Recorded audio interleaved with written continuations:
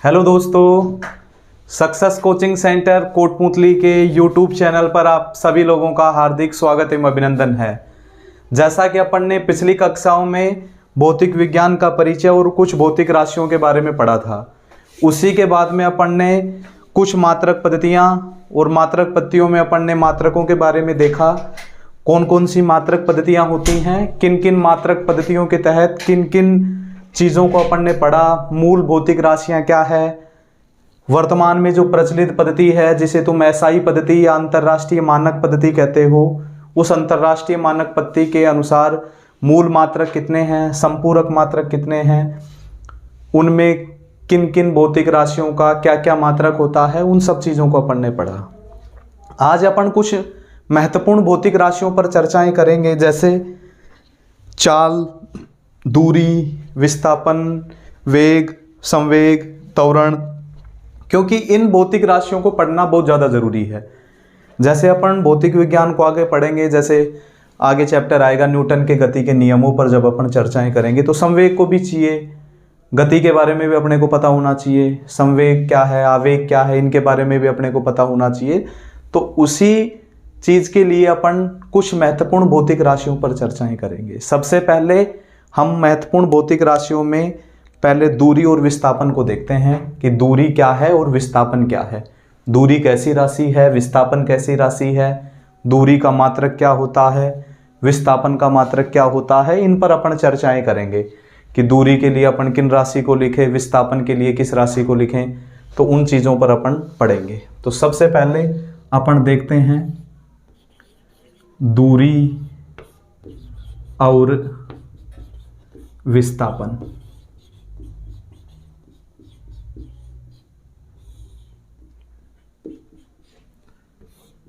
दूरी और विस्थापन पर चर्चाएं करते हैं। देखो, जब भी दूरी और विस्थापन की बात होती है तो सबसे पहले बात आती है कि दूरी क्या है और विस्थापन क्या है। सबसे पहले तो अपन इन दोनों बातों को जानेंगे तो ही अपन आगे चल पाएंगे। मैं तुम्हें कहूं, दूरी को अपन अंग्रेजी भाषा में कहते हैं डिस्टेंस। क्या कहते हैं भाई? डिस्टेंस। विस्थापन को अंग्रेजी भाषा में कहा जाता है डिस्प्लेसमेंट। क्या कहा जाता है भाई? डिस्प्लेसमेंट। जब भी अपन दूरी की बात करते हैं, किसकी बात करते हैं? दूरी की। तो सबसे पहली अपन परिभाषा क्या दें या दूरी के बारे में अपन क्या कह सकते हैं? तो ध्यान रखना, सबसे पहले अगर अपन दूरी की बात करें तो अपन कह सकते हैं दूरी के बारे में, देखो इधर अपन लिख लेते हैं, इधर मैंने दूरी लिख दिया है, इधर अपन टॉपिक लिख देते हैं विस्थापन। सबसे पहले मैं दूरी की बात करूं कि दूरी के लिए मैं क्या परिभाषा दे सकता हूं, तो अपन परिभाषा दे सकते हैं दो बिंदुओं के बीच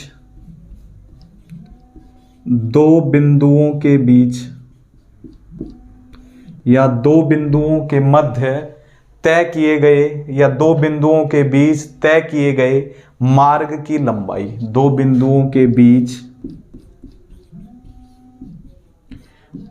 तय किए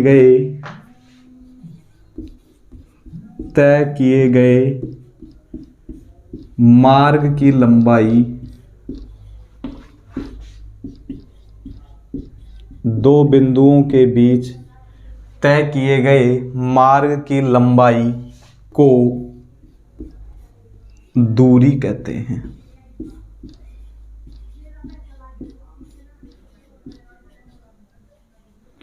दो बिंदुओं के बीच तय किए गए मार्ग की लंबाई को क्या कहते हैं? दूरी। देखो अपन ने लिखा कि दो बिंदुओं के बीच तय किए गए मार्ग कह दो या पथ कह दो, कि मार्ग या पथ की लंबाई को अपन क्या कहते हैं? दूरी। तो अपने पास देखो, अगर दूरी का तुम्हें मात्रक बनाना है, क्या बनाना है? मात्रक बनाना है, तो अपन इस परिभाषा से ही मात्रक को बना रहे हैं। देखो अपन ने लिखा तय किए गए मार्ग की लंबाई, देखो अपने पास एक शब्द आया है लंबाई, बोलो आया है या नहीं? जब मैंने तुम्हें मूल भौतिक राशियों पर चर्चाएं की थी तो मैंने तीन मूल भौतिक राशियां तुम्हें बताई थी। पहला बताया था अपन ने लंबाई, दूसरा बताया था अपन ने द्रव्यमान और तीसरा बताया था समय।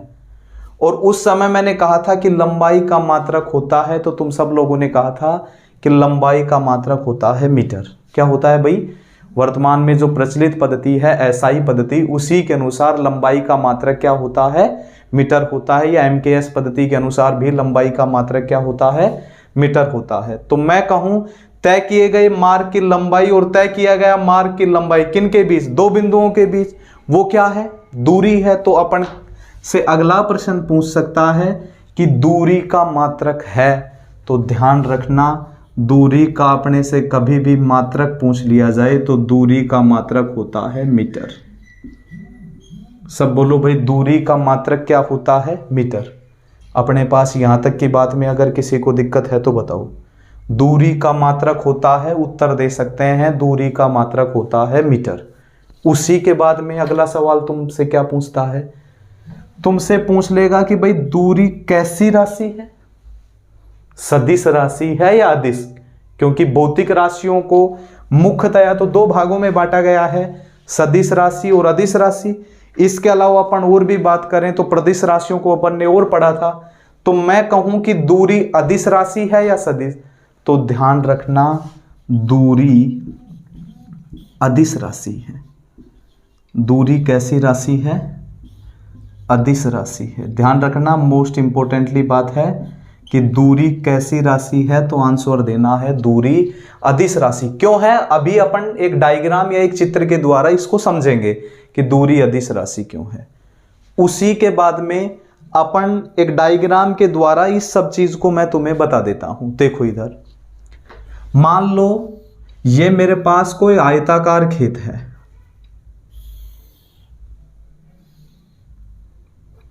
ये मेरे पास कोई क्या है? आयताकार खेत है।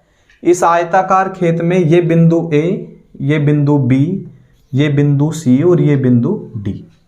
आयत की आमने सामने की भुजाएं बराबर होती हैं, ये तुम सब लोगों ने शायद पढ़ा होगा।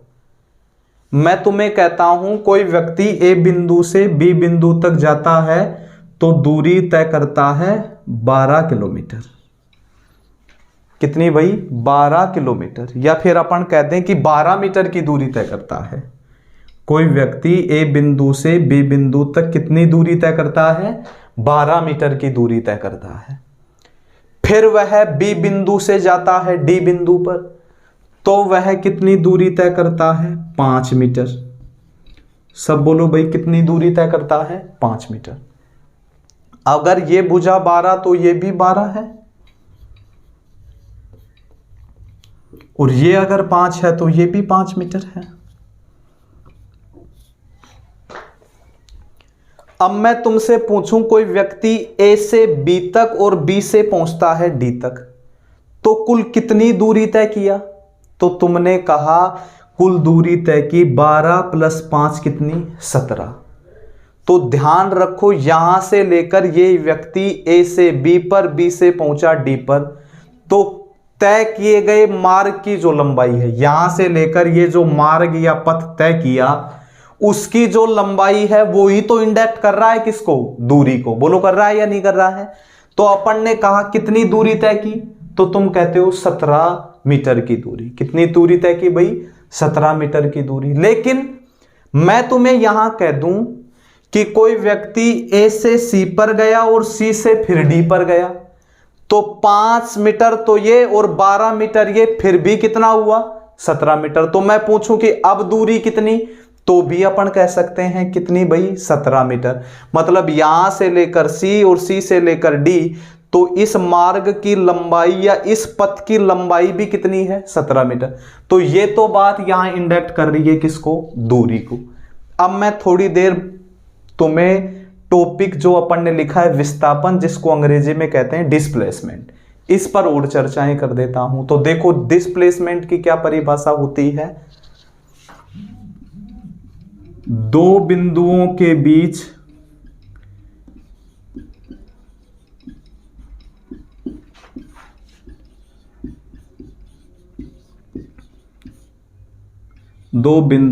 बीच की न्यूनतम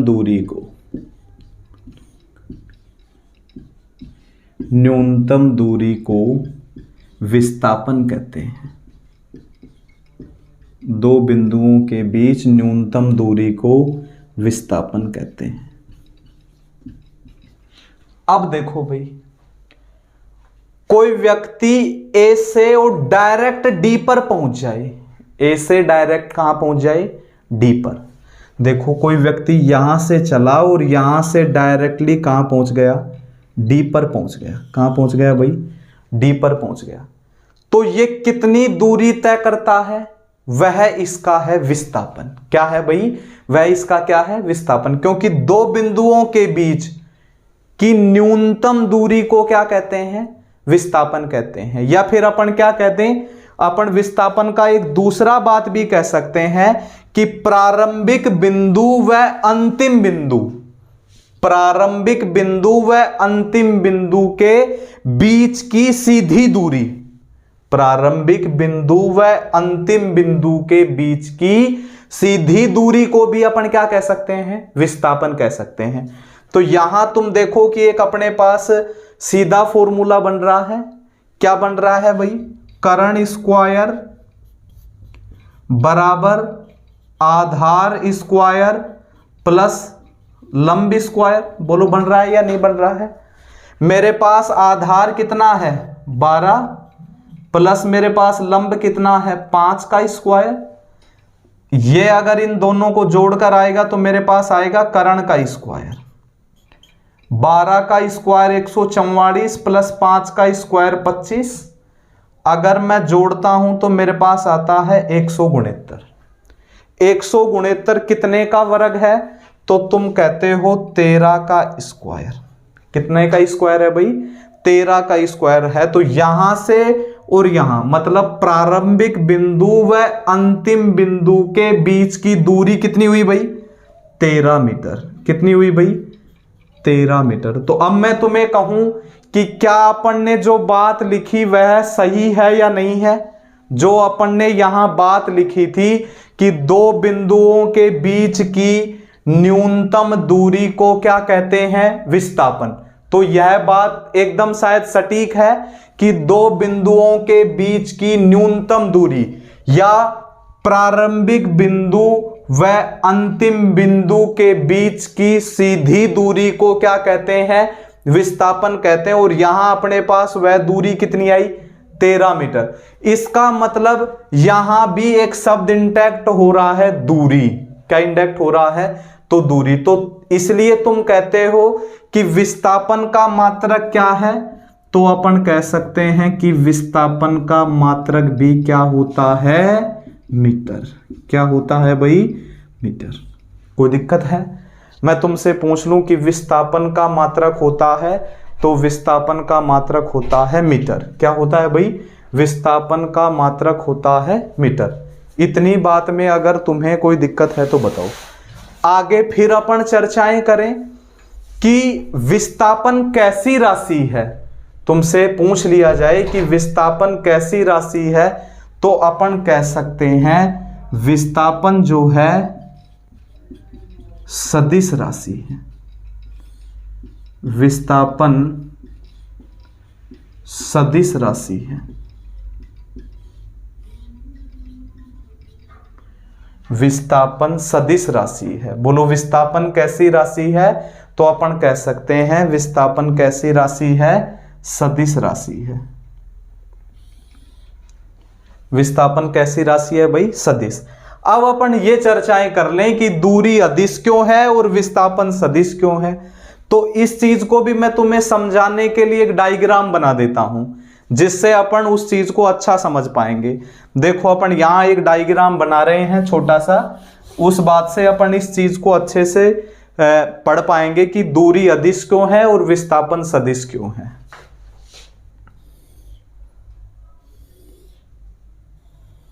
ग्राफ बनाया होगा पहले अपन ने कई बार, तो ध्यान रखना जब भी अपन ग्राफ बनाते थे तो ऊपर जो संख्याएं लिखी जाती थी वो प्लस की होती थी और नीचे जो संख्याएं होती थी वो माइनस की होती थी।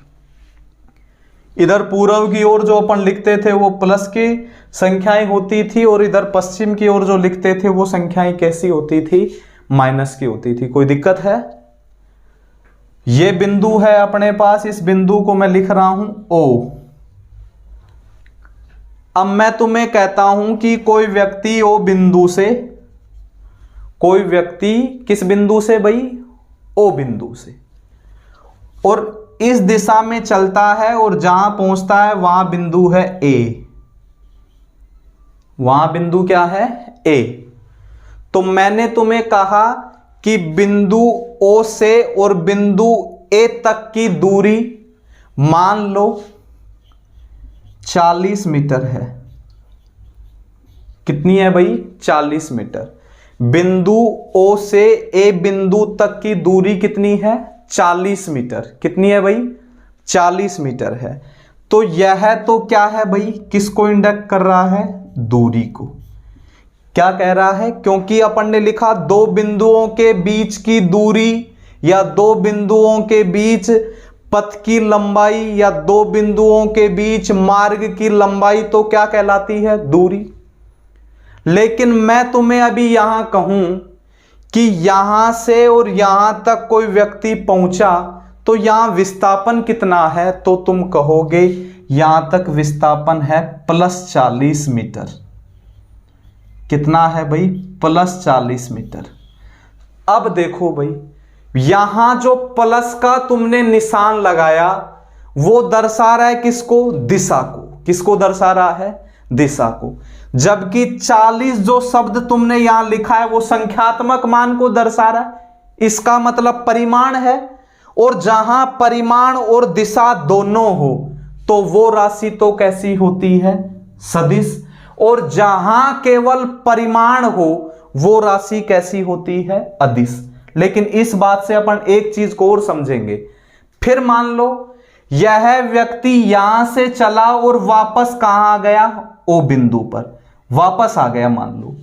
तो यहां वापस आया तो अब दूरी कितनी, यहां वापस आने में फिर दूरी हो गई 40 ये और 40 ही वापस आया तो कितनी हो गई, 80 मीटर हो गई या नहीं।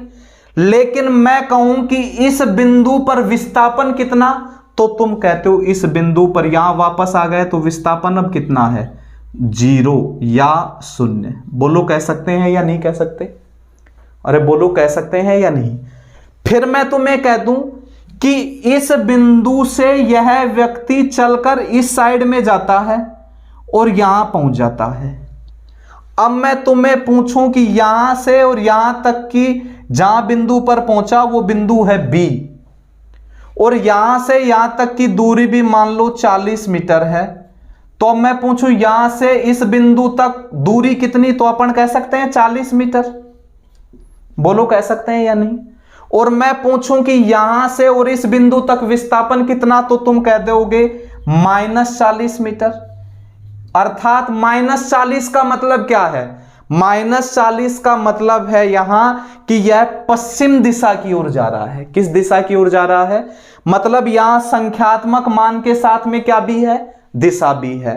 लेकिन इस चीज के अलावा अपन सदिश और अदिश के अलावा एक चीज को और इंडेक्ट कर रहे हैं यहां। देखो जब भी तुमने दूरी को लिखा तो केवल तुम्हारे पास मान आया जो धनात्मक ही मान था। देखो यहां भी देखो अपने पास केवल धनात्मक मान था। लेकिन जब तुमने विस्थापन को लिखा था तो इधर मान था कैसा, धनात्मक। जब तुमने यहां लिखा तो मान आ गया 0, और जब तुमने यहां लिखा विस्थापन को तो मान आ गया कैसा, ऋणात्मक। इसका मतलब तुम्हें एक बात और पता चल रही है कि जो दूरी होती है वो हमेशा कैसी होती है, धनात्मक। दूरी हमेशा धनात्मक होती है।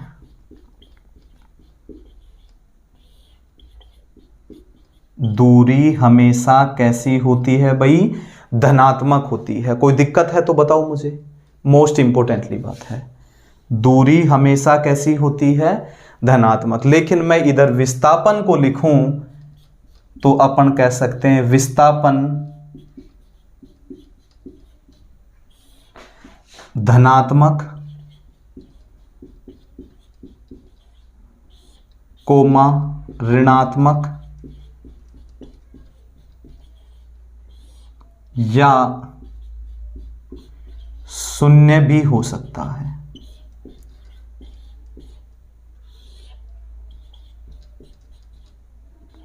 या शून्य भी हो सकता है। इतनी बात में अगर किसी को दिक्कत है तो मुझे बताओगी। अपन ने कहा कि गति करती हुई, ये ध्यान रखना, यहां एक शब्द जोड़ सकते हैं अपन, गति करती हुई, ये गति करती हुई वस्तु का ही आएगा, ध्यान रखना। गति करती हुई वस्तु का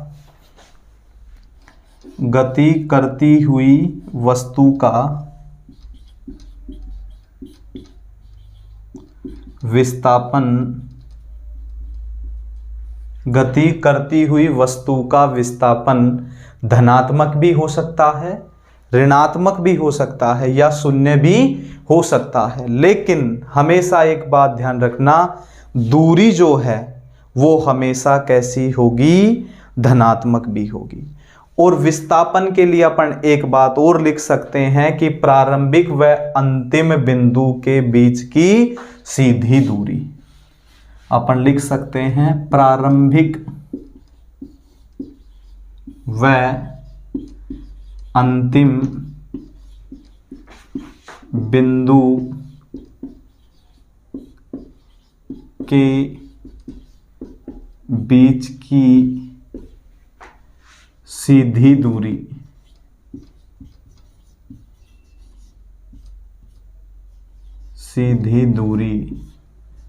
विस्थापन कहलाती है।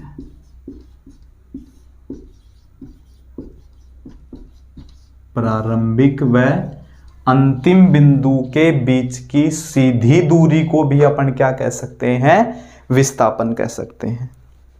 शायद मेरे अनुसार तुम्हें दूरी और विस्थापन पर कभी भी सवाल अगर पूछा जाएगा तो मेरे हिसाब से शायद तुम हर सवाल का उत्तर आराम से दे सकते हो कि इस सवाल का उत्तर ये होगा। एक बार फिर मैं तुम्हें रिवाइज कर देता हूं, ध्यान रखना। दूरी किसे कहते हैं? दो बिंदुओं के बीच तय किए गए मार्ग की लंबाई या पथ की लंबाई को क्या कहते हैं? दूरी। सब बोलो भाई, क्या कहते हैं? दूरी। मैं तुम्हें कहूं विस्थापन या डिस्प्लेसमेंट क्या है? दो बिंदुओं के बीच की न्यूनतम दूरी को क्या कहते हैं? विस्थापन। या प्रारंभिक बिंदु व अंतिम बिंदु के बीच की सीधी दूरी क्या कहलाती है? विस्थापन कहलाती है। दूरी का मात्रक क्या होता है? उत्तर अपन ने दिया मीटर। विस्थापन का मात्रक भी क्या होता है? मीटर। दूरी कैसी राशि है? उत्तर दे दिया अपन ने, अदिश राशि है। क्यों है? मैंने तुम्हें अच्छे से समझा दिया है। फिर मैं पूछ लूं कि विस्थापन कैसी राशि है, तो उत्तर देना है विस्थापन राशि है सदिश। कैसी राशि है भाई? सदिश राशि है। यहां तक की बात में अगर किसी को दिक्कत है तो मुझे बताओ। अब बात करते हैं अपन चाल और वेग की। आगे कुछ और महत्वपूर्ण भौतिक राशियां हैं जिसमें अपन चाल और वेग की ओर बात पढ़ते हैं कि चाल क्या है और वेग क्या है। यहां तक की बात को अच्छे से तुम समझ लो। स्क्रीनशॉट लेना है तो स्क्रीनशॉट तुम ले सकते हो।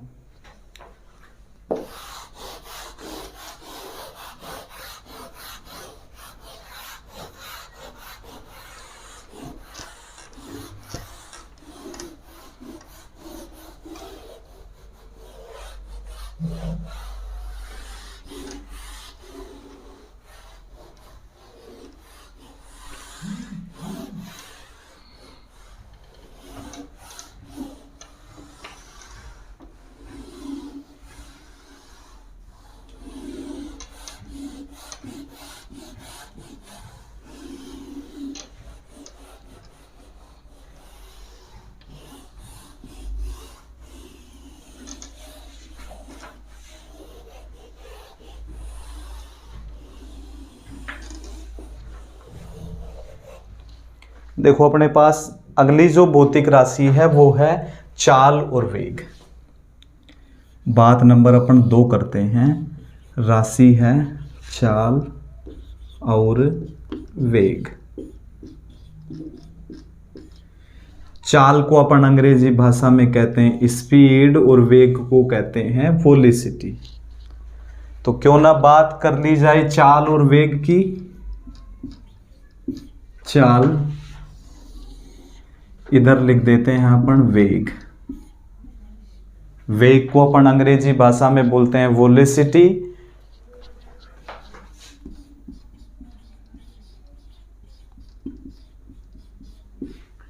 और चाल को अपन अंग्रेजी भाषा में बोलते हैं स्पीड। तो क्यों ना बात कर ली जाए चाल और वेग की। तो देखो भाई, सबसे पहले हम तुम्हें फॉर्मूले से बात करते हैं। तुम्हें पूछ लिया जाए कि चाल का फॉर्मूला क्या होता है, तो अपन कह सकते हैं चाल बराबर दूरी बटा समय। फिर मैं पूछ लूं कि वेग बराबर क्या, तो वेग बराबर तुमने लिखा विस्थापन बटा समय, विस्थापन बटा समय। तुमने दो चीजें लिख ली। चाल बराबर होता है तो अपन ने लिखा कि चाल बराबर तो दूरी बटा समय होता है। और मैं पूछ लूं तुम्हें विस्थापन बराबर होता है, तो तुम कहते हो विस्थापन बराबर या वेग बराबर होता है तो विस्थापन बटा समय। अभी अपन ने दो चीजों को अच्छे से पढ़ा था कि दूरी हमेशा कैसी होती है, धनात्मक। और जब मैंने तुम्हें बताया था विस्थापन की बात, तो तुमने लिखा था कि गति करती हुई वस्तु का, गति करती हुई वस्तु का विस्थापन धनात्मक भी हो सकता है, ऋणात्मक भी हो सकता है और शून्य भी हो सकता है।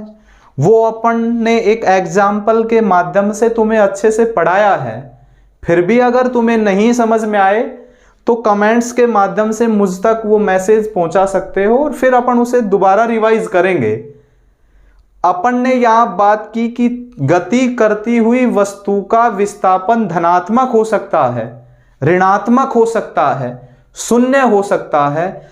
तो मैं तुम्हें कहूं अगर विस्थापन धनात्मक होगा तो वेग भी धनात्मक होगा, अगर विस्थापन ऋणात्मक होगा तो वेग भी ऋणात्मक होगा, और अगर विस्थापन शून्य होगा तो वेग भी क्या होगा, शून्य। दूरी धनात्मक होगी तो चाल भी क्या होगी, धनात्मक। इतनी बात में अगर किसी को दिक्कत है तो मुझे बताओ। अगर विस्थापन धनात्मक तो वेग धनात्मक, विस्थापन ऋणात्मक तो वेग ऋणात्मक, विस्थापन शून्य तो वेग भी शून्य, दूरी धनात्मक तो चाल भी कैसी, धनात्मक। इतनी बात में अगर कोई दिक्कत है तो मुझे बताओ। फिर अपन क्या कह रहे हैं कि गुरुजी चाल की कोई परिभाषा है क्या? हाँ, दे सकते हैं ना, अपने पास फॉर्मूला है, परिभाषा तो बहुत आराम से बना सकते हैं। देखो अपने पास यहां समय है, समय को यहां थोड़े समय के लिए अपन इकाई मान लें। मान लो मैंने इसको यहां ऐसे छुपा लिया तो ये इकाई हो गई। तो अपन क्या कह सकते हैं, इकाई समय में तय की गई दूरी क्या कहलाती है, चाल। बोलो क्या कहलाती है, इकाई समय में तय की गई दूरी क्या कहलाएगी, चाल। तो अपन परिभाषा को लिख सकते हैं, इकाई समय में तय की गई दूरी चाल कहलाती है।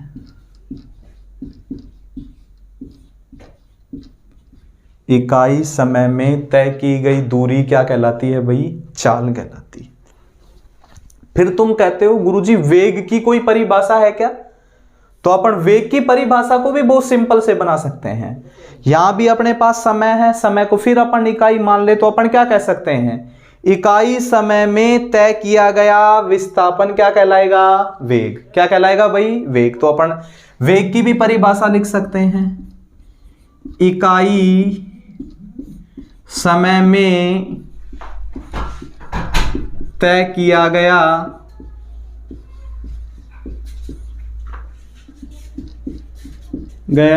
विस्थापन,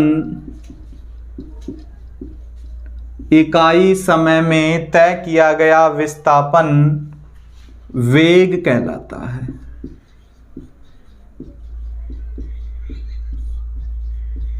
क्या कहलाता है भाई, वेग कहलाता है। मैंने तुम्हें कहा कि इकाई समय में तय किया गया विस्थापन क्या कहलाता है, तो अपन सिंपल से उत्तर दे सकते हैं कि इकाई समय में तय किया गया विस्थापन क्या कहलाता है, वेग कहलाता है। कोई दिक्कत है तो मुझे यहां तक बताओ भाई। फिर तुम कहते हो गुरुजी चाल का मात्रक क्या है और वेग का मात्रक क्या है। देखो अपन मात्रक पर भी चर्चाएं करते हैं। अपने पास यहां चाल है और चाल का फॉर्मूला तुम्हें पता है कि चाल बराबर होता है दूरी बटा समय। अभी अपन ने दूरी को देखा था कि दूरी का मात्रक होता है मीटर और समय का मात्रक होता है क्या, सेकंड। कोई दिक्कत है? तो अपन ने पास मात्रक बन गया चाल का क्या, मीटर प्रति सेकंड।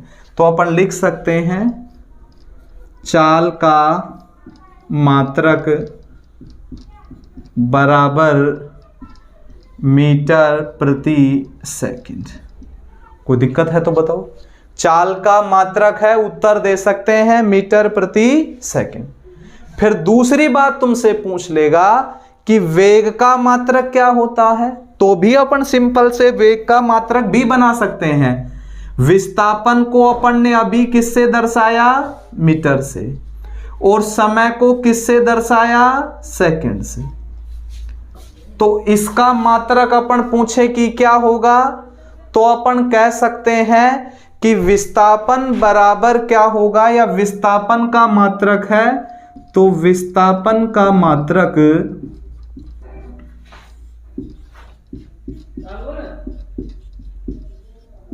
मीटर प्रति सेकंड है। मैं पूछ लूं कि विस्थापन का मात्रक है तो अपन कह सकते हैं मीटर प्रति सेकंड। कोई दिक्कत है तो बताओ। फिर तुमसे पूछ लेगा कि चाल कैसी राशि है और वेग कैसी राशि है। इस चीज को समझने के लिए मैं तुम्हें एक एग्जाम्पल दे रहा हूं, ध्यान से सुनना उस एग्जाम्पल को। मैं तुम्हें कहूं कि एक बस 40 किलोमीटर प्रति घंटा की चाल से चल रही है।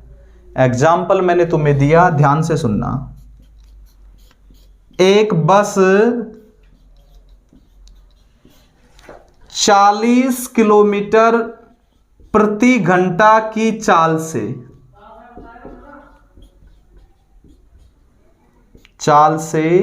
चल रही है, और मैं दूसरा एग्जाम्पल क्या देता हूं, एक बस 40 किलोमीटर प्रति घंटा की चाल से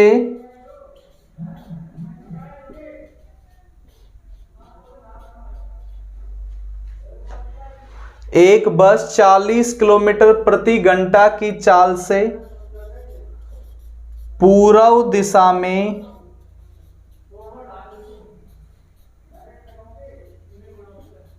चल रही है। किस दिशा में चल रही है, पूर्व दिशा में। दोनों बातों को एक बार तुम पढ़कर देखो, शायद तुम्हें कुछ अंतर नजर आ रहा होगा। तुमने एक में लिखा है एक बस 40 किलोमीटर प्रति घंटा की चाल से चल रही है, और एक में लिखा है एक बस 40 किलोमीटर प्रति घंटा की चाल से पूर्व दिशा में चल रही है। एक में एग्जाम्पल में केवल एग्जाम्पल फर्स्ट में केवल अपने पास परिमाण है। क्या है, केवल परिमाण है। और वे भौतिक राशि जो केवल परिमाण को दर्शाती हैं वो कैसी राशि होती हैं, अदिश। कैसी होती हैं, अदिश। तो मैं कहूं कि चाल कैसी राशि है, तो कह सकते हैं चाल अदिश राशि है। कोई बात में दिक्कत है तो मुझे बताओ, यहां तक की बात में। आगे मैं बात करूं एग्जाम्पल नंबर 2 की। तुमने लिखा एक बस 40 किलोमीटर प्रति घंटा की चाल से पूर्व दिशा में चल रही है। किस दिशा में चल रही है, पूर्व दिशा। मेरे पास संख्यात्मक मान है यहां 40 किलोमीटर प्रति घंटा। तो तुम कह रहे हो गुरुजी पहले भी था, लेकिन पहले केवल चाल से चल रही थी, यह नहीं पता कि किस दिशा में चल रही है।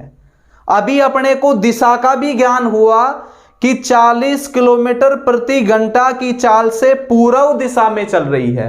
मतलब यहां परिमाण के साथ एग्जाम्पल में तुम्हें दिशा भी दी है, तो जब परिमाण और दिशा साथ साथ हो तो यह राशि कैसी कहलाएगी? तो अपन कह सकते हैं सदिश राशि। तो मैं कहूं कि वेग कैसी राशि है? तो वेग सदिश राशि है। वेग कैसी राशि है? तो अपन उत्तर दे सकते हैं वेग सदिश राशि है। कैसी राशि है भाई? तो अपन कह सकते हैं कि वेग सदिश राशि है। वेग कैसी राशि है? तो अपन कह सकते हैं वेग सदिश राशि है। कैसी राशि है भाई? सदिश राशि है। यहां तक की बात में अगर कोई दिक्कत है तो मुझे बताओ। इसके अलावा अपन इसके बाद में एक एग्जाम्पल से और समझ सकते हैं। अगर मान लो तुम्हें इस एग्जाम्पल से ये बात नहीं समझ में आई तो कोई दिक्कत नहीं, मैं तुम्हें एक एग्जाम्पल और दे रहा हूं, शायद सफिशियंट है, इस एग्जाम्पल से तुम्हें समझ में आ गया होगा। फिर भी नहीं आए तो मैं तुम्हें एक एग्जाम्पल और दे रहा हूं। मैंने तुम्हें कहा कि कोई व्यक्ति 10 किलोमीटर प्रति घंटा की चाल से चलता है, फिर वह इस बिंदु पर पहुंचते ही इधर मुड़ जाता है और फिर 10 किलोमीटर प्रति घंटा की चाल से चलता है। तो मैं कहूं कि इस व्यक्ति की चाल कितनी? तो तुम कहते हो 10 किलोमीटर प्रति घंटा, कहते हो या नहीं कहते हो? देखो यहां दोनों दिशाओं में तुम्हें कोई संख्यात्मक मान में बदलाव दिख रहा है? संख्यात्मक मान में कोई बदलाव नहीं है, मतलब परिमाण ज्यों का त्यों है। लेकिन मैंने तुम्हें कहा कि यहां पहुंचने के बाद वह किस दिशा की ओर गया? पूर्व दिशा की ओर। तो मैंने तुम्हें दिशा इंडेक्ट की या नहीं की? तो जहां दिशा तुम्हें इंडेक्ट हो रही है वो राशि कैसी कहलाती है? तो वो कहलाती है वही सदिश राशि। कैसी राशियां कहलाती हैं? सदिश राशि। इतनी बात में अगर तुम्हें कोई दिक्कत है तो मुझे बताओ। ये बात हो गई तुम्हारी किसकी? चाल और वेग की। कभी भी तुमसे सवाल पूछा जाए कि चाल क्या है और वेग क्या है तो आराम से बता सकते हो कि चाल ये है, वेग ये है। चाल का मात्रक क्या होता है? मीटर प्रति सेकंड। चाल कैसी राशि है? अदिश राशि है। मैं पूछूं वेग कैसी राशि है? सदिश राशि है। वेग का मात्रक वेग का मात्रक क्या होता है? देखो अपन ने यहां तुम लिख सकते हो कि वेग का मात्रक क्या होता है? वेग का मात्रक क्या होता है? तो वेग का अपन मात्रक लिख सकते हैं मीटर प्रति सेकंड। वेग का मात्रक क्या होता है भाई? मीटर प्रति सेकंड। वेग कैसी राशि है? सदिश राशि है। मैं तुम्हें कहूं कि वेग क्या होता है तो इकाई समय में तय किया गया विस्थापन क्या कहलाता है? वेग कहलाता है। और इकाई समय में तय की गई दूरी क्या कहलाती है? चाल कहलाती है। इतनी बात में अगर किसी को दिक्कत है तो मुझे बताओ, फिर अपन आगे चलते हैं। देखो आगे की अपन कुछ और भौतिक राशियां हैं उन पर और चर्चाएं करेंगे।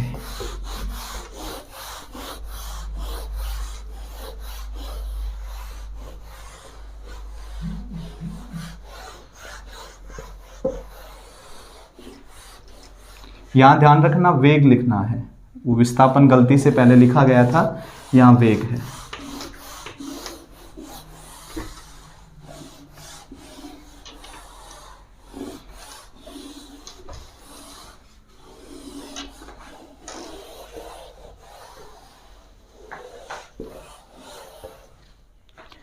अब अपने पास आगे जो राशि है वो राशि है त्वरण। कैसी राशि है? त्वरण। और त्वरण को अपन ए से व्यक्त करते हैं। त्वरण को किससे व्यक्त किया जाता है? ए से। अगर अपन इसकी मीनिंग लिखें तो ACCEL ACCELERATION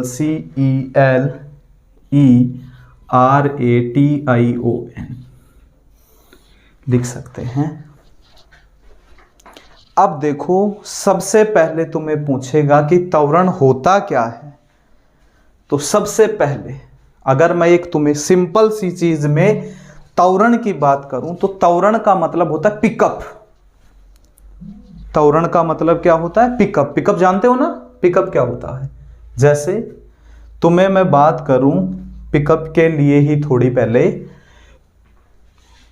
एक तो अपने पास मान लो ट्रक है, एक तो अपने पास क्या है भाई? ट्रक है और दूसरी चीज अपने पास मान लो कार है। एक अपने पास ट्रक है और दूसरी चीज अपने पास क्या है, कार है। ये थोड़ी बात अपन पिकअप के लिए कर रहे हैं जिससे तुमको अच्छे से समझ में आए। पहले मैंने तुम्हें कहा कि इन दोनों का वेग अपने पास पहले मान लो शून्य था। पहले अपने पास क्या था भाई, शून्य था। पहले अपने पास वेग कितना था भाई, शून्य था। इसको लिखने से पहले मैं तुम्हें एक बार परिभाषा लिख देता हूं जिससे तुम्हें अच्छे से समझ में आ जाएगा। वेग में परिवर्तन की दर को त्वरण कहते हैं। वेग में परिवर्तन की दर को क्या कहते हैं, त्वरण कहते हैं। एक मेरे पास ट्रक था, दूसरा मेरे पास क्या था, कार। जब ये यहां थे तब इनका वेग था 0, यहां भी इसका वेग कितना था, 0।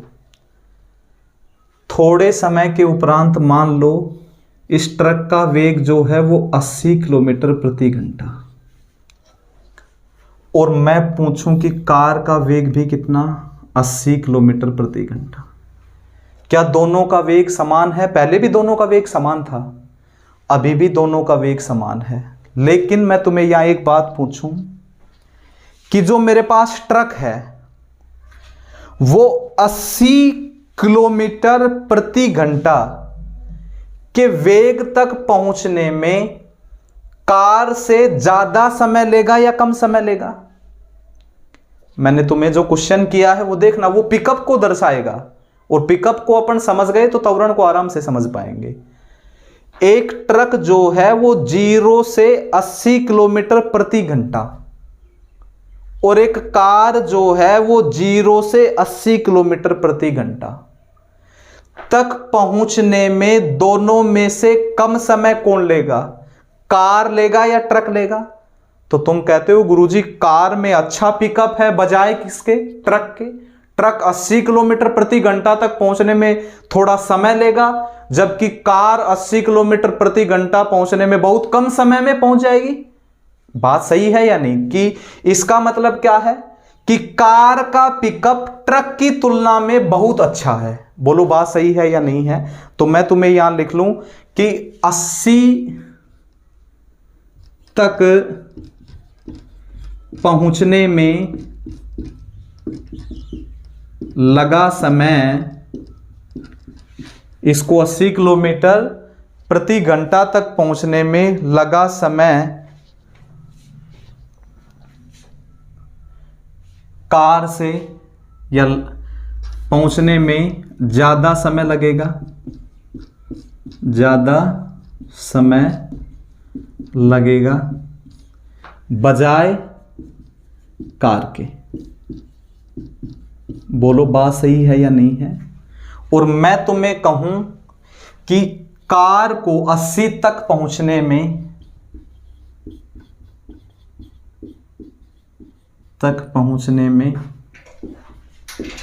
कम समय लगेगा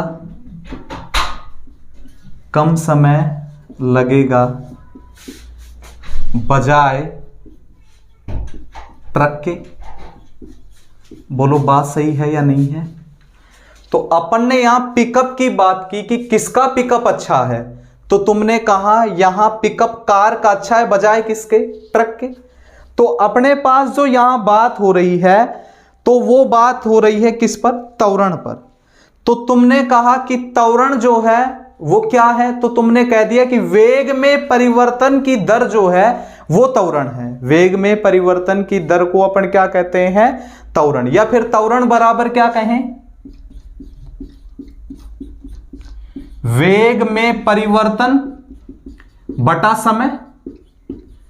वेग में परिवर्तन बटा समय बराबर क्या लिख सकते हैं अपन, त्वरण लिख सकते हैं। बात शायद समझ में आ गई होगी, वही बात मैं इधर लिख रहा हूं कि वेग में परिवर्तन में लगा समय, किसका वेग में जल्दी परिवर्तन होगा, कार के में बजाय किसके, ट्रक के में। तो समय ज्यादा कौन लेगा, ज्यादा लेगा ट्रक, कम कौन लेगा, कम लेगा कार। तो तुम्हें अपन यहां एक बात करें कि ये जो चीजें हैं तो उसका संबंध की मैं बात करूं तो अपने पास पहले बात आती है त्वरण के बारे में। मेरे पास जो त्वरण है इसका मात्रक क्या होता है, मैं बात करूं त्वरण के मात्रक पर, तो त्वरण का मात्रक क्या होता है, वेग में परिवर्तन। देखो पहले वेग में परिवर्तन 0 था, पहले 0 था, फिर कितना हुआ 80 हुआ। बोलो परिवर्तन हो रहा है या नहीं, पहले 0 था फिर 80 हुआ, तो वेग में परिवर्तन, और वेग में परिवर्तन मतलब वेग, तो वेग का मात्रक तो अपने पास कितना है, मीटर प्रति सेकंड, और नीचे भी अपने पास समय लगा है तो फिर अपन सेकंड लिख दें, तो त्वरण का मात्रक क्या बन गया, मीटर प्रति सेकंड का स्क्वायर। त्वरण का मात्रक तो तुम्हारे पास क्या बन गया, मीटर प्रति सेकंड का स्क्वायर। बोलो अपन कह सकते हैं या नहीं, मैं तुम्हें कहूं कि त्वरण का मात्रक है तो अपन कह सकते हैं त्वरण का मात्रक है मीटर प्रति सेकंड का स्क्वायर। यहां तक की बात में किसी को दिक्कत है तो मुझे बताओ। उसी के बाद में देखो वेग में जो परिवर्तन है, यहां देखो 0 था फिर 80 हो गया, फिर 0 था फिर 80 हो गया, मतलब वेग में परिवर्तन तो हो रहा है, तो अपने पास एक चीज बचती है केवल, त्वरण बराबर 1 बटा समय। बोलो बचता है या नहीं बचता है, त्वरण बराबर 1 बटा समय। और मैं पूछूं अब त्वरण और समय में क्या संबंध है, तो तुम्हें इसको संबंध को समझाने से पहले मैं 2 चीजें लिख देता हूं। यहां तुम्हारे पास ए समानुपाती मैंने बी लिखा है, ए 1 बटा बी लिखा है, इन दोनों में संबंध देखो, अगर ए बढ़ेगा तो बी भी बढ़ेगा, अगर ए घटेगा तो बी भी घटेगा। बोलो बात सही है। और मैं तुम्हें कह दूं कि ए बढ़ेगा तो बी क्या होगा, घटेगा, और ए घटेगा तो बी क्या होगा, बढ़ेगा। तो यहां अगर संबंध की तुम बात करो, अगर त्वरण बढ़ेगा तो समय, मैं तुम्हें यहां बात करूं कि अगर मान लो समय बढ़ेगा तो त्वरण क्या होगा, तो तुम कहते हो त्वरण घटेगा। अगर समय बढ़ेगा तो त्वरण क्या होगा, घटेगा। और मैं कह दूं कि समय घटेगा तो त्वरण क्या होगा, तो त्वरण बढ़ेगा, तो त्वरण क्या होगा, बढ़ेगा। मतलब त्वरण और समय एक दूसरे के क्या होते हैं, व्युत्क्रमानुपाती होते हैं। क्या होते हैं भाई, व्युत्क्रमानुपाती होते हैं। त्वरण और समय एक दूसरे के क्या होते हैं, व्युत्क्रमानुपाती होते हैं। यहां तक की बात में कोई दिक्कत है तो बताओ। तो यहां समय ट्रक को 80 किलोमीटर प्रति घंटा वेग तक पहुंचने में क्या लग रहा है, ज्यादा, तो यहां त्वरण क्या होगा, तो यहां त्वरण होगा कम। और मैं पूछूं कि कार को 80 किलोमीटर प्रति घंटा तक पहुंचने में क्या लग रहा है, समय क्या लग रहा है, कम, तो यहां त्वरण क्या होगा, तो त्वरण होगा यहां अधिक। बोलो कोई दिक्कत है तो मुझे बताओ। यहां तक की बात में शायद तुम्हें कोई प्रॉब्लम नहीं होगी। फिर मैं पूछ लूं तुम्हें कि त्वरण कैसी राशि है, तो ध्यान रखना त्वरण सदिश राशि है। त्वरण कैसी राशि है, तो अपन कह सकते हैं त्वरण सदिश राशि है। बोलो भाई त्वरण कैसी राशि है, तो उत्तर देना है त्वरण सदिश राशि है। और त्वरण का मात्रक क्या होता है, तो ध्यान रख, त्वरण का मात्रक होता है मीटर प्रति सेकंड का स्क्वायर। यहां तक की बात में किसे भी दिक्कत है तो मुझे बताओ। यहां तक की बात में अगर किसी को दिक्कत है तो मुझे बताओ। इतनी बात का तुम सब लोग स्क्रीनशॉट ले सकते हो अगर तुम्हें चाहिए तो। यहां तक की बात शायद सभी लोगों को अच्छे से समझ में आई होगी। इसी के बाद में अगला चैप्टर जो है या आगे की जो भौतिक राशि है उस पर अपन आगे की क्लास में चर्चाएं करेंगे। यहां तक के जो भी वीडियो है उसको ज़्यादा से ज़्यादा तुम लाइक करो, शेयर करो, सब्सक्राइब करो, जिससे तुम्हारे पास तक अच्छा स्टडी मटेरियल पहुंचाया जा सके। सक्सेस कोचिंग सेंटर आपके सपनों को पूरा करने के लिए खरा उतरेगा। यह हम सब लोग आपसे प्रेरणा करते हैं कि हम जहां तक भी जो भी स्टडी मटेरियल तुम तक पहुंचाएंगे वो अच्छा होगा, ऐसा होगा जो तुम्हें तुम्हारे लक्ष्य तक पहुंचा पाएगा। धन्यवाद।